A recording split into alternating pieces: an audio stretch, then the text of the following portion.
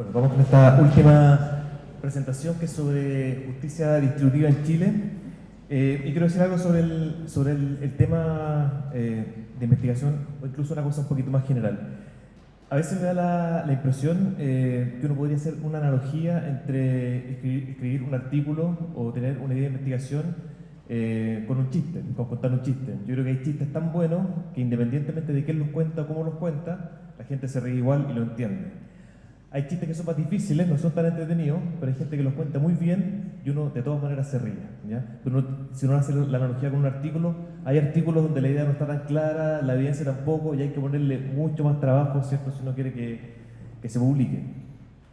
Este es un tercer caso. Yo creo que lo que me pasa con este tema de investigación, que vengo ya hace algunos años haciéndolo, tengo la impresión que es un buen chiste, pero que lo cuento mal. En general, como que no logro, digamos, llegar a la audiencia, así que he tratado de contarlo de diferentes formas, y la forma en que lo voy a contar hoy día es un poco más, voy a tratar de dejar que los datos hablen por sí solos. Es mucha información de datos empíricos, voy a tratar en el fondo de no contarlo yo, sino de que hablen solo los datos, así que a ver si ahora resulta un poco mejor.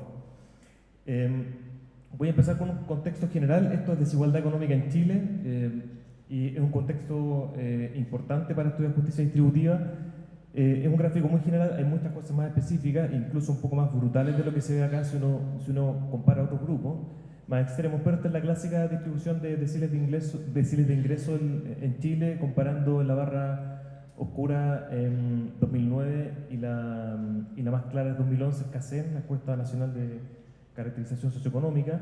Es solo para mostrar que claro, uno ve acá la gran diferencia y es lo que nosotros asociamos al tema de cómo se reparte la torta, ¿cierto? Que una proporción pequeña del país se lleva gran parte de los ingresos, alrededor de un 40, un poquito más, 40%.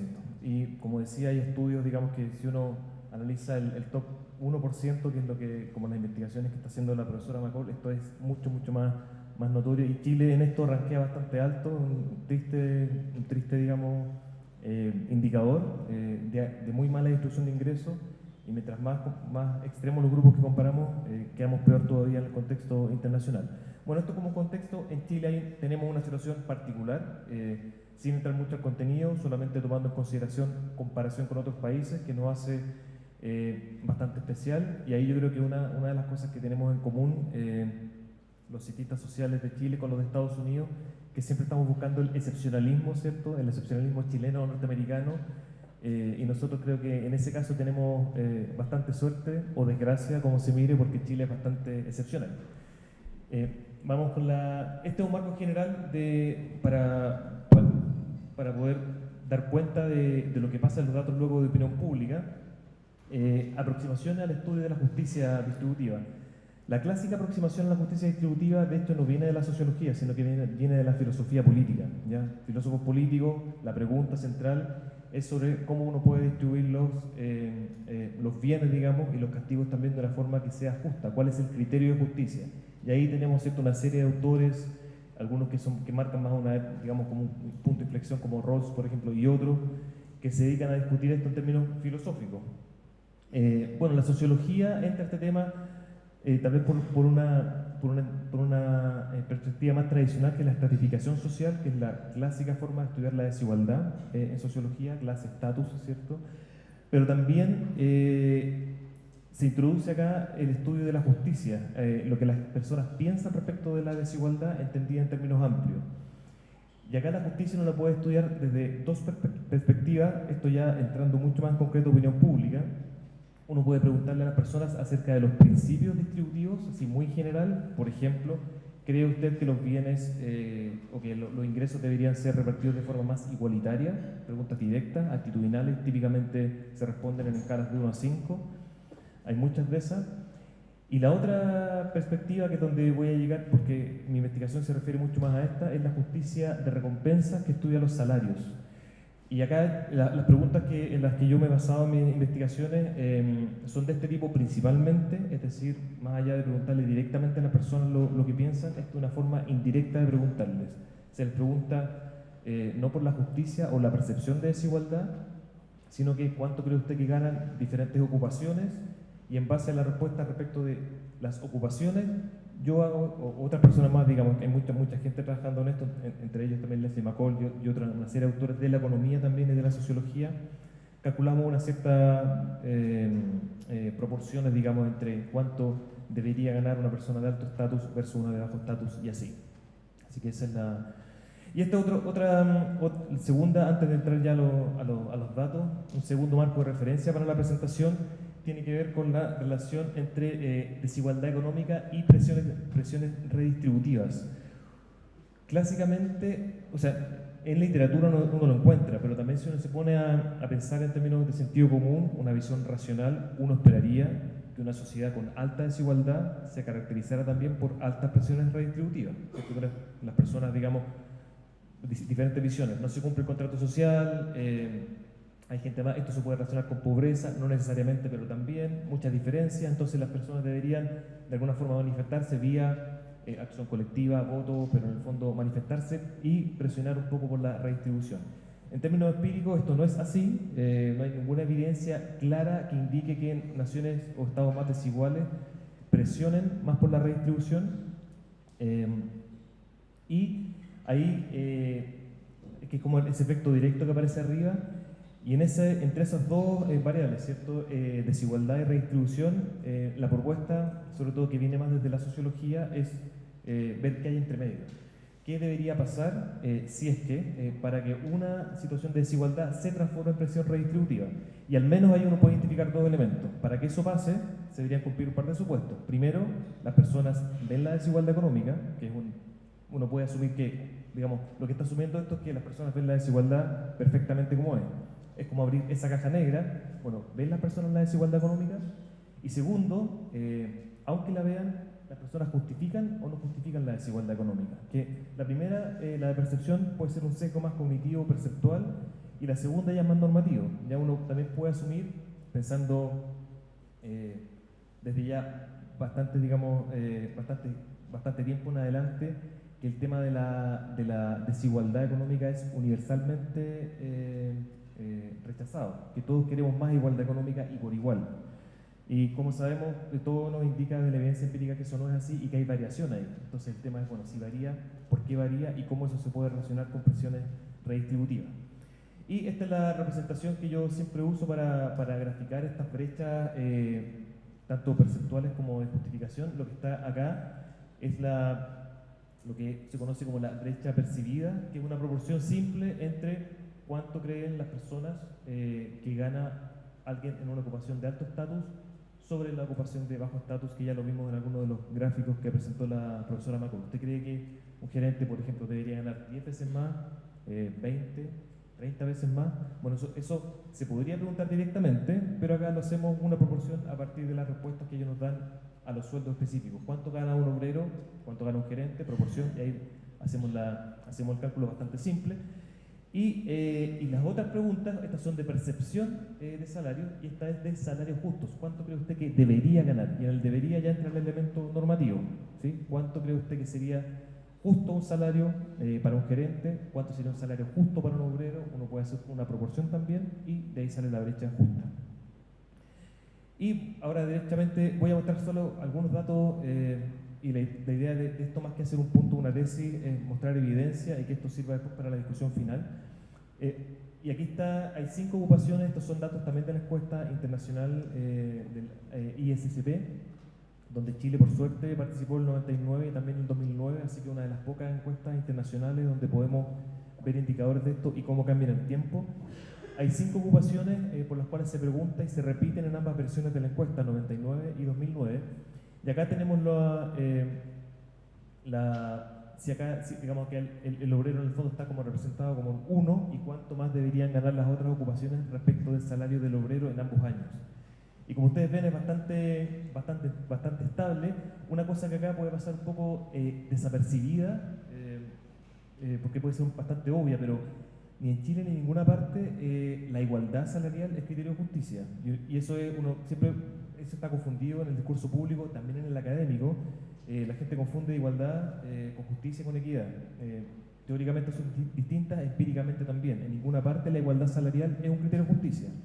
El tema es que eso sí varía entre países, y eso es lo importante del caso chileno, pero acá tenemos que es bastante consistente entre ambos años. Si uno toma los extremos ahí, ven por el lado del gerente, que en términos de percepción de desigualdad, esto es solamente percepción, se percibe que un gerente gana un poquito más de 30 veces más de lo que gana un obrero.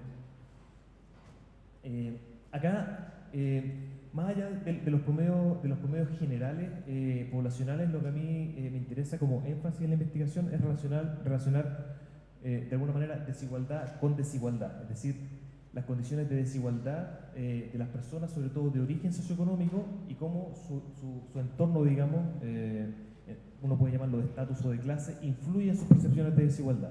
Entonces lo que hay acá es una comparación. Aquí arriba está el año 1999, abajo el 2009, según niveles educacionales. Y la idea acá es ver en qué medida la percepción de desigualdad varía según el nivel educacional.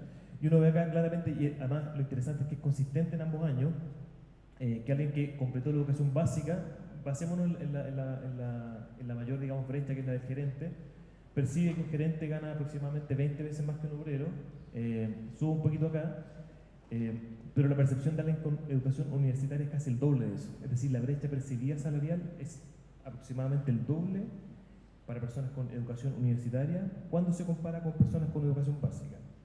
Si uno lo lleva a un lenguaje más simple, las personas que perciben más desigualdad en Chile son las personas con mayor estatus, ya no las con menor estatus, como uno podría pensar intuitivamente, dado que uno dice las personas de mayor estatus son más afectadas por la desigualdad, les afecta más, entonces perciben más, es justamente al revés. Acá, como estamos a nivel internacional, porque a veces esto como que muestra algo de, o sea, en el fondo es un sesgo perceptual asociado a clase o a estatus, uno puede pensar que esto se relaciona con que en Chile no se percibe la desigualdad. Eso no es así. En promedio, en Chile, en comparación con otros países, estos representan los países que participaron en la encuesta comparativa del año 2009, y la barra gris está clarita, es Chile. En Chile se percibe en promedio una alta desigualdad económica en comparación a otros países.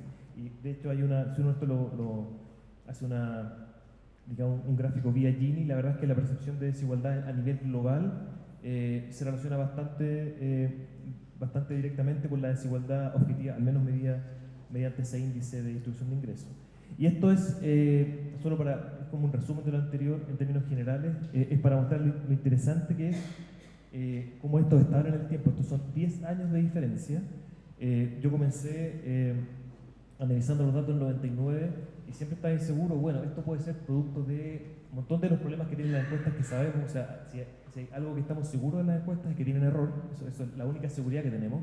Entonces, analizar solamente una ola, uno podría pensar, en realidad esto puede ser cualquier efecto. Bueno, uno ve el 2009 y la verdad es que el dibujo es casi el mismo. Entonces, es bastante estable cuando uno compara la desigualdad percibida, que es acá la barra azul, y la barra celeste. Acá entramos ya al área de la justicia, ya de la brecha percibida. Es decir, en general, esto en todas partes, la brecha justa es menor que la percibida. Es decir, la justicia siempre tiene que ver con la igualdad. Se acerca un poquito hacia la igualdad, el tema es cuánto se acerca.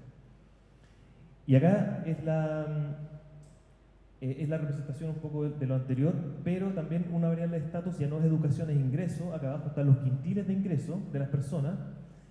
Lo que aparece acá, que está acá a nivel de la brecha 10, digamos, es que un gerente debería ganar aproximadamente 10 veces lo que gana un obrero, que es bastante estable entre los quintiles de ingreso. Y como ustedes ven, acá está el efecto de la percepción que se dispara. La percepción es lo que hace una gran diferencia, es decir, las personas con alto ingreso y alto nivel educacional son las que perciben mayor desigualdad, y uno puede dar un pasito más adelante que no es tan costoso. Yo creo que a mí me cuesta tal vez explicarlo, pero avanzar desde ahí hacia la legitimidad de la desigualdad económica, la verdad es que es bastante, como que es el paso yo diría más natural a seguir. Y esto es comparando nuevamente con más evidencia para reforzar eso, el año 99, el 2009, por nivel educacional, diferentes niveles educacionales, la brecha percibida y la brecha justa, bastante estable, pero como vemos, la brecha percibida es como el doble, 50 versus 22, entre personas con baja y alta educación, y la brecha justa es un poquito más alta. Esto uno lo podría entender, ¿cierto?, por interés también más racional. O sea, si yo estoy en alto estatus, justifico en el fondo que la gente de alto estatus gane más dinero.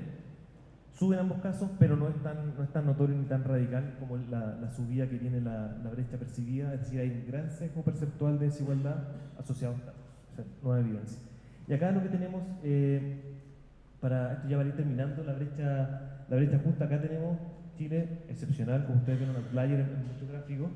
Esto es el índice de Gini, y esto es la brecha justa. Eso sí, es interesante, porque uno podría pensar que en un país de alta desigualdad en promedio se justificara menos, y es justamente al revés. O sea, los países con más desigualdad también en promedio justifican más desigualdad económica. Y acá hay una serie depende de la disciplina en que uno se pare, efectos de retroalimentación, efectos de contexto, cómo el contexto finalmente va permeando por un montón de elementos culturales, institucionales también, lo que la gente piensa. Y para decirlo bien sencillo, como decía Homas, digamos, lo que es se vuelve lo que debería ser. La gente se acostumbra a la desigualdad e incluso la puede encontrar hasta buena, ¿ya? Y eso uno lo puede ver también en sectores, cuando uno escucha ciertos discursos públicos en educación, salud, la verdad que hay muchas cosas que, si no es legitimación la palabra, no sé cuál podría ser.